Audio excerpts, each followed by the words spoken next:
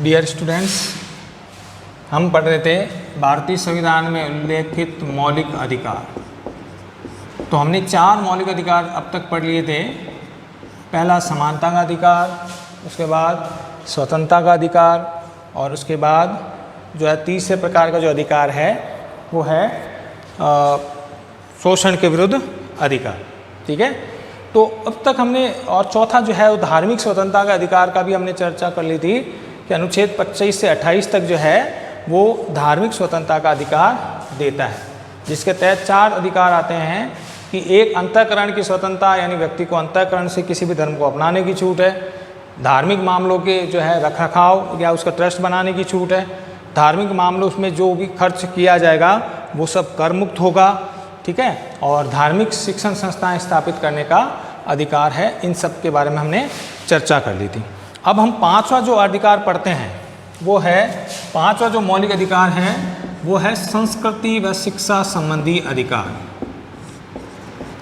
संस्कृति व शिक्षा संबंधी अधिकार।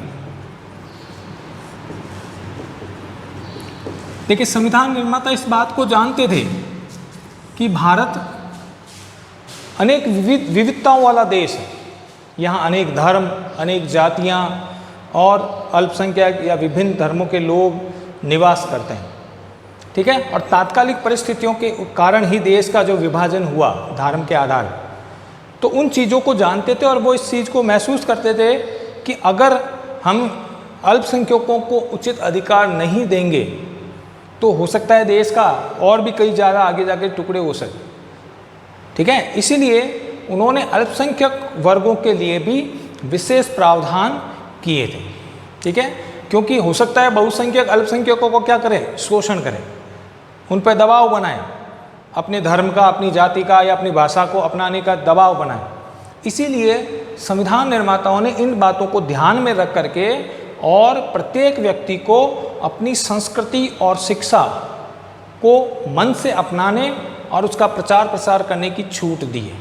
ठीक है, तो इसीलिए इस जो 5वें प्रकार का जो अधिकार है वो हमारे संविधान में इसका उल्लेख किया गया है। इसका उल्लेख किया गया है अनुच्छेद 29 व 30। 2 अनुच्छेदों में इसका जो उल्लेख संस्कृति और शिक्षा संबंधी अधिकार का उल्लेख किया गया है। ठीक है, तो सबसे पहले जो अनुच्छेद 29 जो हम पढ़ते हैं, यानी 2 अधिकार, जो 2 मौलिक अधिकार रखे गए हैं, उसमें पहला जो है अल्पसंख्यक वर्गों के हितों की रक्षा। अल्पसंख्यक वर्गों के हितों की रक्षा, इसका मतलब संविधान निर्माता जानते थे कि भारत के जो बहुसंख्यक आबादी हिंदू है, इसके अलावा यह सिख है, जैन है, बौद्ध है, ये अल्पसंख्यक वर्ग में आते थे। ठीक है, इसीलिए संविधान निर्माताओं ने ये मौलिक अधिकार दिया है कि प्रत्येक अल्पसंख्यक वर्ग को अपनी अपनी संस्कृति और शिक्षा को अपनाने का अधिकार होगा।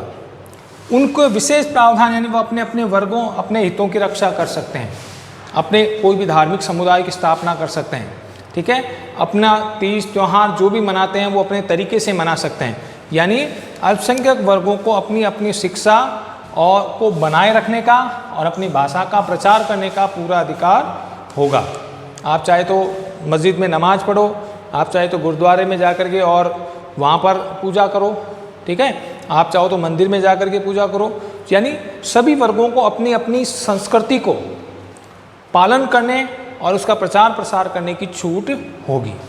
ठीक है, तो अल्पसंख्यक वर्गों को भी, इसीलिए तो पंथ निरपेक्ष शब्द का मतलब यही हो गया कि कोई भी पंथ अपना सकता है, यानी अपनी अपनी अंतःकरण से किसी को भी अपना सकता है। तो अल्पसंख्यक वर्गों को अपने अपने हितों की रक्षा के लिए पूरा अधिकार दिया गया है। ठीक है, अनुच्छेद 30 जो है वो इसी से संबंधित है कि अल्पसंख्यक वर्गों को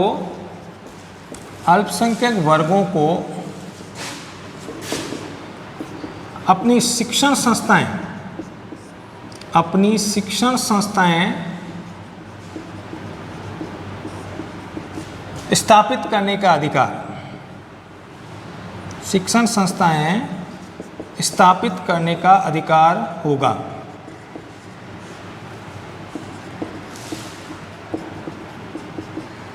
लेकिन इन शिक्षण संस्थाओं में जो हम कह सकते हैं कि जो राजकीय शिक्षण संस्थाएं चलती है उसमें आपको अधिकार नहीं होगा कि उसमें आप धार्मिक शिक्षा दी जाए। यानी अल्पसंख्यक वर्गों को अपने अपने शिक्षण संस्थाएं, अपने स्कूल है, कॉलेज हैं, वो बनाए रखने का यानी उसको चलाने का पूरा पूरा अधिकार होगा।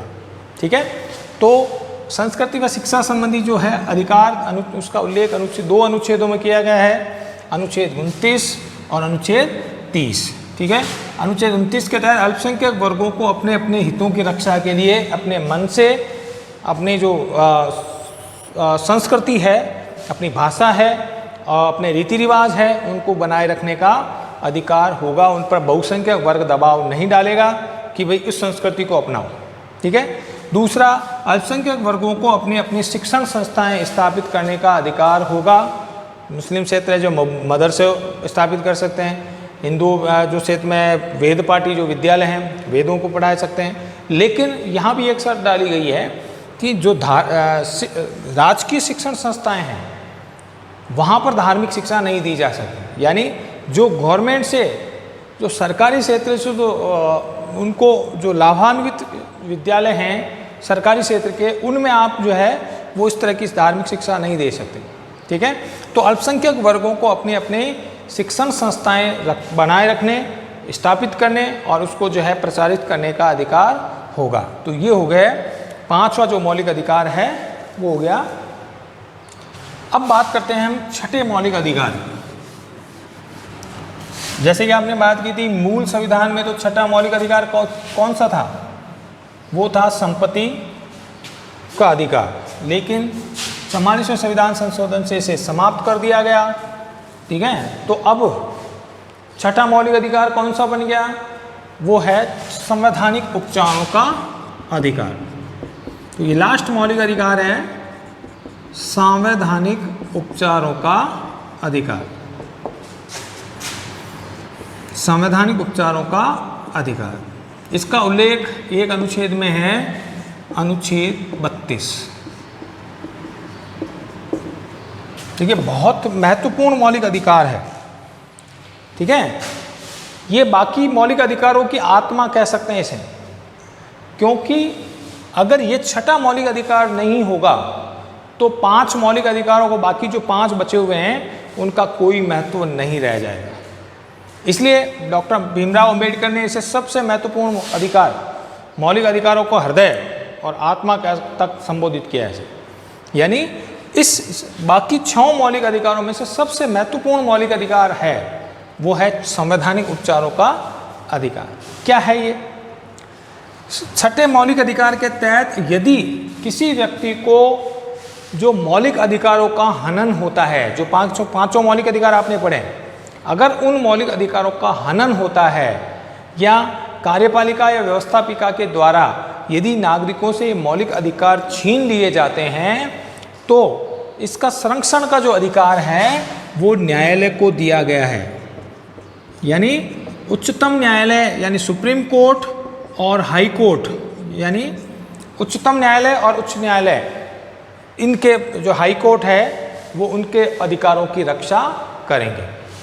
ठीक है, इसका मतलब यदि 5 मौलिक अधिकारों में से किसी भी मौलिक अधिकारों को छीना जा रहा है, नागरिकों के मौलिक अधिकारों को रोका जा रहा है, छीना जा रहा है, तो छठे मौलिक अधिकार यानी संवैधानिक उपचारों के अधिकार के तहत नागरिक जो है वो न्यायालय की शरण में जा सकता है। तो मौलिक अधिकारों की विशेषता पढ़ी थी हमने कि मौलिक अधिकार वाद योग्य होते हैं। इसका मतलब यदि नागरिकों के मौलिक अधिकार छीने जाते हैं तो वो न्यायालय की शरण में जा सकते हैं, न्यायालय की शरण ले सकते हैं और न्यायालय मौलिक अधिकारों की रक्षा करता है। ठीक है, भारतीय संविधान में न्यायालयों को जो है मौलिक अधिकारों का रक्षक कहा गया है। संविधान का संरक्षक, मौलिक अधिकारों का रक्षक, इन शब्दों से संबोधित किया गया है। इसका मतलब है यदि नागरिकों के मौलिक अधिकार छीन लिए जाते हैं तो हमें न्यायालय यानी उच्चतम न्यायालय, अनुच्छेद 32 के तहत उच्चतम न्यायालय और अनुच्छेद 226 के तहत जो है वो उच्च न्यायालय को जो है ये अधिकार होगा कि वो 5 प्रकार के लेख जारी करती है, और उन लेखों के माध्यम से, जिसे रिट कहते हैं इंग्लिश में, उन लेखों के माध्यम से जो है वो नागरिकों को मौलिक अधिकार प्रदान करेंगे। ठीक है, कैसे करेगी फिर न्यायालय की रक्षा? न्यायालय नागरिकों के मौलिक अधिकार रक्षा कैसे करेगी? फिर 5 प्रकार के लेख जारी करती है, वो रिट जारी करती है, और उनके माध्यम से जिन नागरिकों को मौलिक अधिकार छीने जा रहे हैं वो मौलिक अधिकार प्रदान किए जाते हैं। ठीक है, ये कौन कौन से लेख हैं? 5 प्रकार के लेख, या जिसे रिट कहते हैं, जारी करके और जो है न्यायालय ये मौलिक अधिकार दिलाएगी नागरिकों को। ठीक है, कौन कौन से लेख हैं ये? नंबर 1 बंदी प्रत्यक्षीकरण, नंबर 2 अधिकार प्रच्छा, नंबर 3 उत्प्रेषण,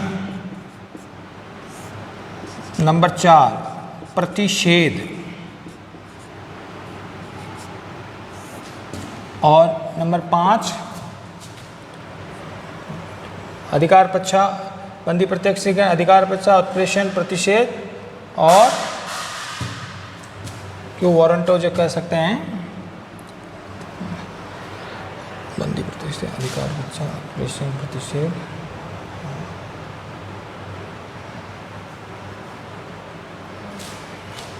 तो 5 प्रकार के लेख जारी करके और न्यायालय ये मौलिक अधिकारों की रक्षा करती है।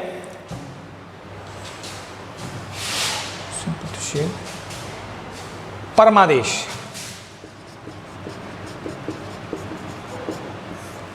ये 5 लेख होते हैं। इन लेखों यानी रिट के माध्यम से नागरिकों के मौलिक अधिकार को प्रदान करेगी न्यायालय। अब इनको एक एक करके हम पढ़ते हैं कि ये 5 लेख क्या होते हैं। इम्पोर्टेंट है ये कि 5 लेखों के माध्यम से नागरिकों के मौलिक अधिकारों की रक्षा कौन करेगा? न्यायालय। ठीक है, ये लेख जारी करने का अधिकार किसको है? उच्चतम न्यायालय को भी है और राज्यों में उच्च न्यायालय को भी। ठीक है, अनुच्छेद 32 के तहत उच्चतम न्यायालय ये लेख जारी करके नागरिकों के मौलिक अधिकार दिलाएगा, और अनुच्छेद 226 के तहत हाई कोर्ट यानी उच्च न्यायालय को भी जो है ये लेख जारी करने का अधिकार है। ठीक है, अब ये क्या होते हैं एक एक करके हम इसको पढ़ेंगे। सबसे पहला है बंदी प्रत्यक्षीकरण। ये लेख कब जारी किया जाता है? जब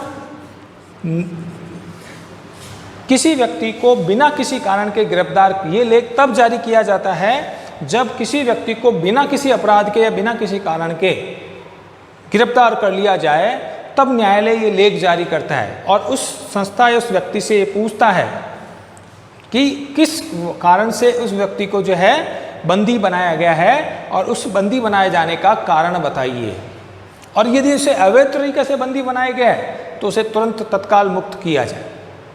इसका मतलब जैसे हमने पढ़ा था कि किसी भी व्यक्ति को बिना कारण के गिरफ्तार नहीं किया जा सकता, तो इस लेख को तब जारी किया जाता है जब किसी भी व्यक्ति को जो है अवैध तरीके से गिरफ्तार कर लिया गया है या अवैध तरीके से बंदी बना लिया गया है, तब न्यायालय ये लेख जारी करेगा और उस संस्था, उस व्यक्ति या उस प्रशासनिक संस्था से, या हम कह सकते हैं उस अधिकारी से पूछेगा कि आपने किस कारण से इस व्यक्ति को गिरफ्तार किया गया, उसका उचित कारण बताइए, और अगर कारण नहीं है तो उसे तत्काल रूप से मुक्त कर दीजिए। ठीक है, तो ये कहलाएगा बंदी प्रत्यक्षीकरण लेख। नंबर 2 अधिकार प्रच्छा। अधिकार प्रच्छा का मतलब हो गया किस अधिकार से। यदि कोई अधिकारी अपने से, जो उसके अधिकार सीमा में है, जो उसके कर्तव्य हैं, अपने कर्तव्यों से अधिक अधिकारों का प्रयोग कर रहा है, तब ये लेख जारी किया जाता है, जिसमें न्यायालय उस अधिकारी से पूछता है कि आपने किस अधिकार के तहत ऐसा किया है। ठीक है, अधिकार प्रच्छा मतलब अधिकारों के बारे में पूछना। यदि कोई व्यक्ति अपने से अधिक शक्तियों का प्रयोग कर रहा है जो उसके अधिकार क्षेत्र में नहीं है, यदि उससे अधिक शक्तियों का प्रयोग वो कर रहा है, तब ये लेख जारी किया जाता है। उसे कहते हैं अधिकार प्रच्छा। क्यों वारंटो यानी अधिकार के बारे में पूछना। ठीक है। तीसरे प्रकार का लेख उत्प्रेषण। उत्प्रेषण मतलब ऊपर भेजना। अगर कोई अधीनस्थ न्यायालय किसी ऐसे मामले की सुनवाई कर रहा है, ठीक है, जो मौलिक अधिकारों से संबंधित है या जिससे मौलिक अधिकारों का हनन हो रहा है, ऐसा मामला अगर कोई अधीनस्थ न्यायालय सुन रहा है, तो हाई कोर्ट या सुप्रीम कोर्ट, उच्च न्यायालय या उच्चतम न्यायालय उस मामले को अपने पास मंगवा सकता है। उत्प्रेषण यानी ऊपर भेजना। तो उस मामले की सारी सुनवाई, क्योंकि वो मानता है कि ये मामला हाई कोर्ट या सुप्रीम कोर्ट के द्वारा सुनवाई जाने लायक है, तो उन सारे मामले को हाई कोर्ट या सुप्रीम कोर्ट अपने पास मंगवा सकता है। ठीक है, क्योंकि वो मौलिक अधिकारों से संबंधित है। तो इसे कहते हैं उत्प्रेषण। प्रतिषेध। प्रतिषेध मतलब होता है रोकना। यह लेख तब जारी किया जाता है जब किसी कार्यवाही को रुकवाया जाना है, क्योंकि वो मौलिक अधिकारों से संबंधित कार्यवाही है, तब ये लेख जारी किया जाता है। ठीक है। प्रतिषेध यानी प्रोहिबिशन, रोकना।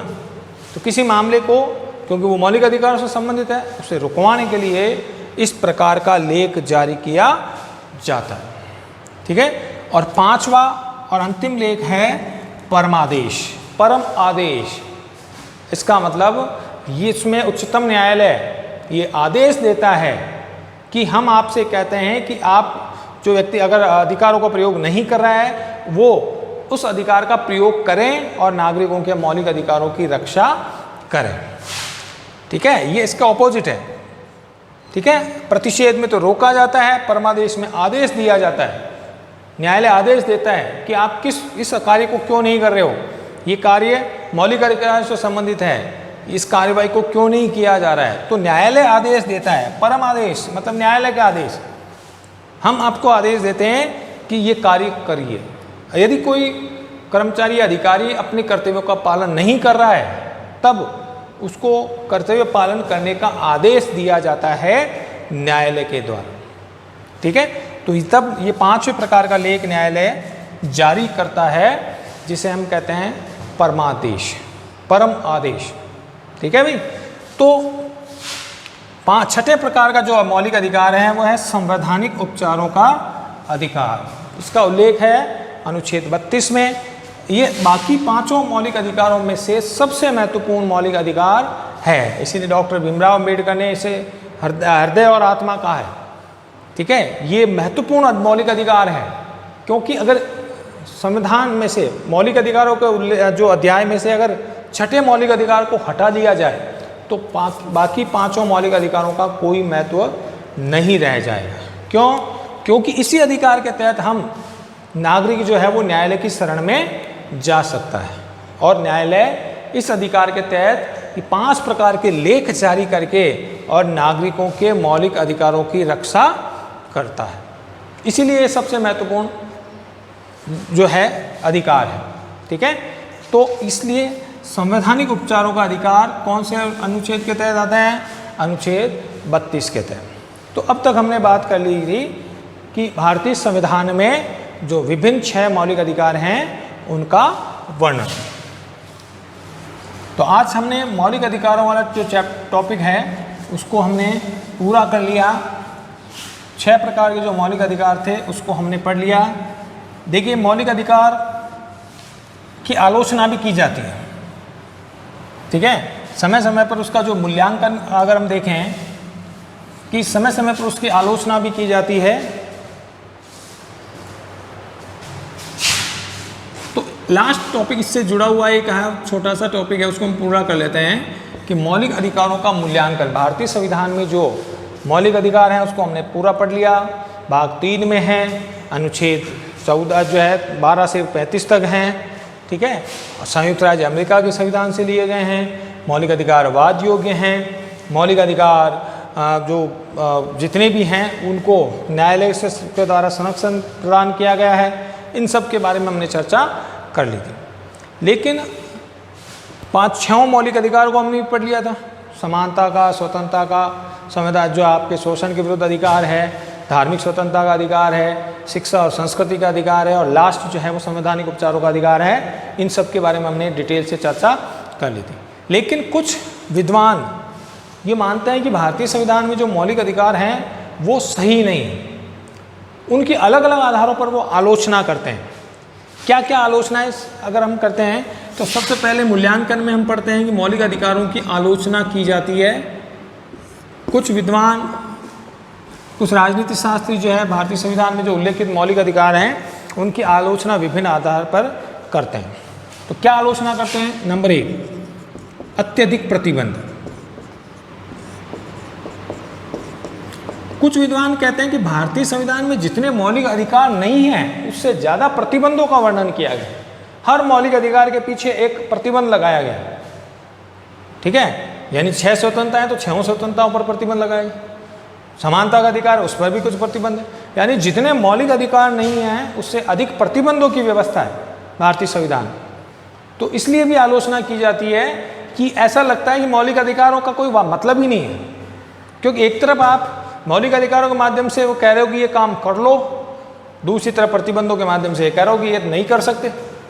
इसका मतलब एक हाथ से मौलिक अधिकार दिए जा रहे हैं तो दूसरे से छीने जा रहे हैं।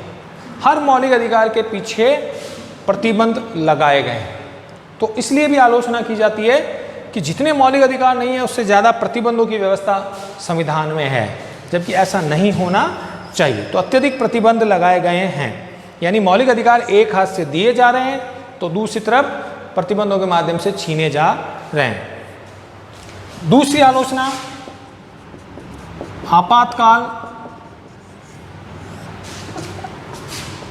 आपातकाल पर निलंबन। दूसरी आलोचना मौलिक अधिकारों की जाती है कि जब भी देश में इमरजेंसी लागू होती है, हमने पहले पार्ट में पढ़ा था कि 3 आपातकालीन व्यवस्थाएं, अनुच्छेद 352 जो राष्ट्रीय आपात है, अनुच्छेद 356 जो राज्य आपात है और अनुच्छेद 360 जो वित्तीय आपात है। और आपातकाल को हम राष्ट्रपति शासन भी कहते हैं कि जब देश में आपातकाल लागू हो जाता है तब सारे मौलिक अधिकार, केवल 2 मौलिक अधिकारों को छोड़ के, अनुच्छेद 20 और अनुच्छेद 21, इन 2 पर प्रतिबंध नहीं है, बाकी सारे मौलिक अधिकारों पर प्रतिबंध लगाए जा सकते हैं। यानी समानता का, स्वतंत्रता का, शिक्षा का, धार्मिक जो है आपके शोषण के, सारे जो मौलिक अधिकारों पर को रोका जा सकता है, यानी छीने जा सकते हैं।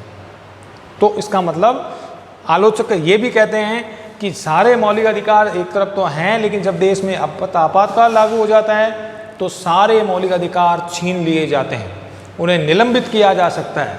तो उस समय यानी ऐसी परिस्थिति आ जाए तब फिर आपातकाल का जो मौलिक अधिकार है उसका कोई मतलब ही नहीं रह जाए। तो उस समय फिर सरकार तानाशाही भी बन सकती है, क्योंकि उसके हाथ में मौलिक अधिकार को छीनने की शक्ति आ जाती है, ठीक है।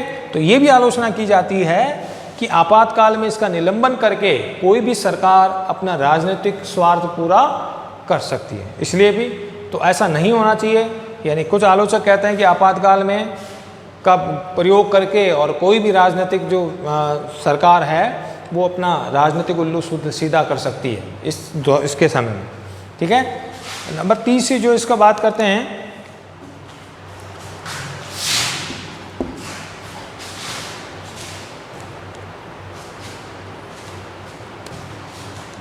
अब आपातकाल का एक उदाहरण अगर लेते हैं अपन नज़रबंदी वाला, तो नज़रबंदी, निवारक नज़रबंदी के समय हमने पढ़ा है कि एक तरफ तो आप कह रहे हो कि बिना कारण में गिरफ्तारी नहीं कर सकते, और समय समय पर सरकारों ने टाडा है, पोटा है, पोटो है, ठीक है, फेरा है, इस प्रकार के जो निवारक नज़रबंदी के जो कानून बना करके और फिर उनको छीन लिया है, यानी उस पर मौलिक अधिकारों का उल्लंघन ही कर दिया।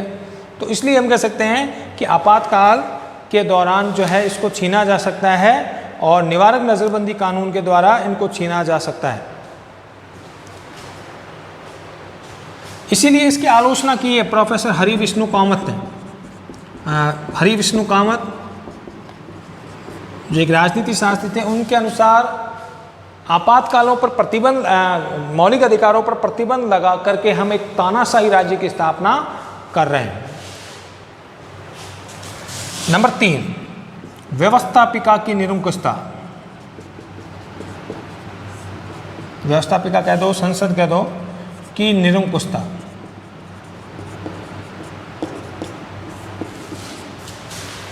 ठीक है। आलोचक ये कहते हैं कि मूल अधिकारों में कुछ जो है परिवर्तन या संशोधन किया जा सकता है। इसका मतलब संसद के हाथ में ये एक बड़ी पावर आ जाती है और संसद क्या कर सकती है, संविधान समय जो है संशोधन करके और इनमें से कुछ मौलिक अधिकारों को कटौती भी कर सकती है। ठीक है, समय समय पर ऐसे डिसीजन आते रहे गोलकनाथ मामले में, और समय समय पर आए हैं जब मौलिक अधिकारों को हम कह सकते हैं कि उस समय फैसला दिया गया था कि मौलिक अधिकार जो है वो कम भी किए जा सकते हैं। संसद के हाथ में ये पावर है, शक्ति है कि वो मौलिक अधिकारों को कम भी कर सकती है कानून बना करके। जैसे संपत्ति का अधिकार हमने बात की थी, छीना गया था कि नहीं छीना गया था।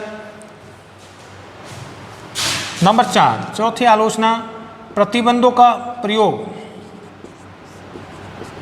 प्रतिबंधों का राजनीतिक दुरुपयोग, राजनीतिक दुरुपयोग। हमने पढ़ा है कि प्रत्येक मौलिक अधिकार के पीछे प्रतिबंधों की व्यवस्था है और सरकारें अपने राजनीतिक स्वार्थ के लिए इनका दुरुपयोग भी कर सकती हैं। समानता का अधिकार है लेकिन राजनीतिक दुरुपयोग के माध्यम से उसका प्रयोग स्वतंत्रता को छीन सकती है।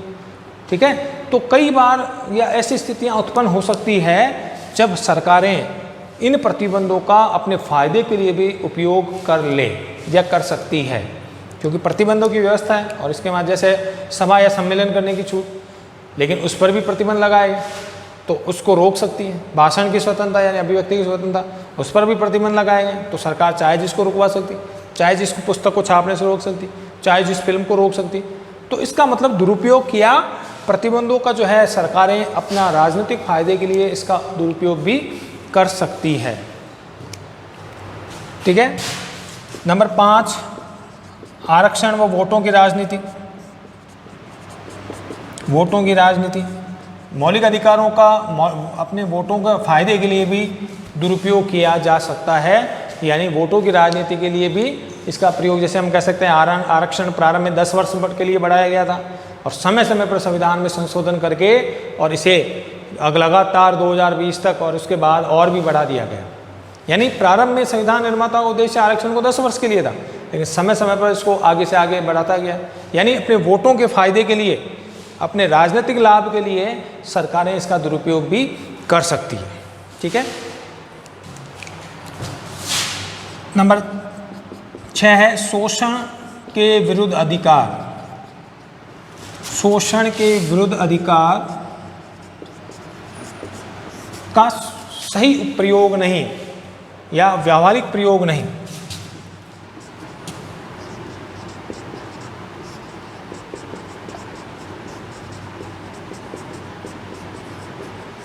शोषण के विरुद्ध अधिकार में हमने पढ़ा है, इसमें दास प्रथा और बाल श्रम को रोका गया है, लेकिन देश की आर्थिक स्थिति, कुछ लोग इतने गरीब हैं कि अपने बच्चों को जो कठोर और जोखिमपूर्ण कार्यों में लगा रहे हैं, पूरी तरह उसको लागू नहीं हुआ है। आज भी बाल श्रम जैसे अपराध होते हैं, आज भी बेगार जैसी जो है अन्यायपूर्ण प्रथाएं विद्यमान हैं। तो इसका सही, आज जैसे इसके अधिकार के तहत हमने शिक्षा का अधिकार है, लेकिन आज भी शिक्षा उचित रूप से देश आर्थिक परिस्थिति के कारण सभी 14 वर्ष के बालकों को शिक्षा प्राप्त नहीं हो पाई। ठीक है, तो उसका जो हम कह सकते हैं दुरुपयोग हुआ है। और 7वां और अंतिम जो है लंबी खर्चीली न्यायिक व्यवस्था, न्यायिक पद्धति। मौलिक अधिकारों का अगर प्राप्त करना है तो आप न्यायालय की संवैधानिक उपचारों के अधिकार के तहत न्यायालय की शरण में जाओ, और न्यायालय यहाँ बहुत महंगा है, वो बड़े वकीलों की आवश्यकता होती है फिर आपको अधिकार दिलवाने के लिए। ठीक है, और समय भी अधिक लगता है न्यायिक व्यवस्था के कारण, तो आपको मौलिक अधिकार मिले या नहीं मिले ये एक बहुत लंबी और जटिल प्रक्रिया है, और इसी के वजह से आपको मौलिक अधिकार प्राप्त करने में बहुत अधिक विलंब भी हो सकता है। भारतीय न्यायिक व्यवस्था एक तो जटिल है और खर्चीली है और बहुत लंबी है। इसका मतलब कई लंबे समय तक आपका जो है डिसीजन नहीं हो पाता है न्यायिक व्यवस्था के कारण। तो इन सब कारण से आपको समय पर मौलिक अधिकार प्राप्त हो इसकी कोई गारंटी नहीं है। ठीक है, तो इस तरह हम कह सकते हैं कि ये सब भारतीय संविधान में जो उल्लेखित मौलिक अधिकार हैं उनकी समय समय पर कई आलोचनाएं की जाती है। अत्यधिक प्रतिबंधों की व्यवस्था थी कि इसके लिए आलोचना की जाती है। आपातकाल में इसका निलंबन करके कोई भी सरकार इसका दुरुपयोग कर सकती है। और व्यवस्थापिका यानी संसद आवश्यक संशोधन के माध्यम से इनमें परिवर्तन भी कर सकती है। प्रतिबंधों का राजनीतिक दुरुपयोग सरकारें कर सकती है। आरक्षण और वोटों की राजनीति के लिए कई बार इनका दुरुपयोग होता है और होता आया है। ठीक है, शोषण के विरुद्ध अधिकार का जो व्यावहारिक प्रयोग है वो नहीं हो पाता है। और अगर छठे संवैधानिक उपचारों का अधिकार के तहत न्यायालय की शरण में जा सकते हैं, लेकिन भारतीय न्यायिक व्यवस्था इतनी लंबी है, जटिल है और खर्चीली है कि आपको मौलिक अधिकार सही समय पर मिले इसकी कोई गारंटी नहीं। ठीक है, तो इस तरह हमने अब तक की क्लास में जो है वो विभिन्न टॉपिक में भारतीय संविधान में उल्लेखित मौलिक अधिकारों का वर्णन पढ़ा है। नेक्स्ट क्लास में हम चर्चा करेंगे कि जो नीति निर्देशक तत्व हैं भारतीय संविधान में उल्लेखित, उनको हम इसको डिटेल से पढ़ेंगे। ठीक है, तो इस तरह हम इन क्लास में हमने जो है वो भारतीय संविधान में जो उल्लेखित 6 मौलिक अधिकार हैं उनका एक एक करके हमने अध्ययन कर लिया था। भारतीय संविधान में जो पहला समानता का अधिकार, फिर स्वतंत्रता का अधिकार, और तीसरा शोषण के विरुद्ध अधिकार, फिर धार्मिक शिक्षा का अधिकार, और फिर जो 5 प्रकार का मौलिक अधिकार है, और छठे शोषण का विरुद्ध अधिकार, और जो लास्ट अधिकार है हमने संवैधानिक उपचारों का अधिकार, उन सबको 6 को हमने डिटेल से पढ़ लिया था। नेक्स्ट क्लास में हम पढ़ेंगे नीति निर्देशक तत्व। ठीक है, तब तक के लिए धन्यवाद। Thank you.